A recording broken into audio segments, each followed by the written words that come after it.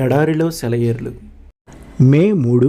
ఆ దినమున యెహోవా నామమును బట్టి ఆయనను ప్రార్థన చేయు వారందరూ రక్షింపబడుదురు.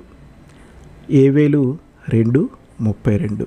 నా దేవుడు నేను చేసే అతిమెల్లని ఆర్తధ్వని కూడా ఆలకించేటంత దగ్గరగా ఉన్నప్పుడు నేను పక్కింటి వాళ్ళ దగ్గరికి ఎందుకు పరిగెత్తాలి? ఆయనకే ఎందుకు నేరుగా మొర్రపెట్టకూడదు? నాకై నేను కూర్చొని పథకాలు అంచనాలు వేసుకోవటం దేనికి? ఏ గొడవ లేకుండా నన్ను నా భారాన్ని ఆయన మీద వేయడానికి అభ్యంతరం ఏమిటి?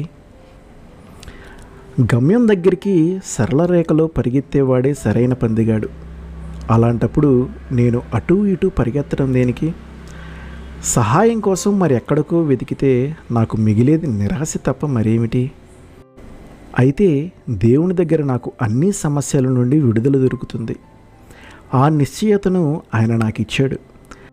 ఆయన్ని పిలిచి సహాయం కోసం అడగవచ్చునా లేదా అని కనుక్కో అక్కర్లేదు.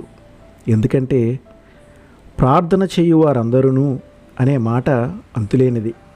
వారందరూ అనే దానిలో నేను కూడా ఉన్నాను.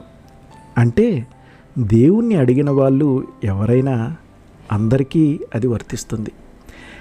ఈ వాగ్దానాన్ని బట్టి ఇంత పెద్ద వాగ్దానం చేసిన మహిమగల దేవునికి వెంటనే ప్రార్థన చేసి సహాయం అర్థిస్తాను. నాకు క్షణాల మీద సహాయం అందాలి. ఎలా అందుతుందో నాకైతే అర్థం కావటం లేదు. అయితే ఇది నాకు అవసరం. వాగ్దానం చేసిన వాడే దాన్ని నిలబెట్టుకునేందుకు మార్గాలు పద్ధతులు ఆలోచించుకుంటాడు. నా పని కేవలం ఆయన ఆజ్ఞకు లోబడటమే. ఆయనకి సలహాలు ఇవ్వడానికి నేనెవరిని? నేను ఆయన భృత్యుణ్ణి మాత్రమే, మంత్రిని కాను. మొర్రపెట్టడమే నా వంతు, విడిపించటం ఆయన పని. ఆమెన్.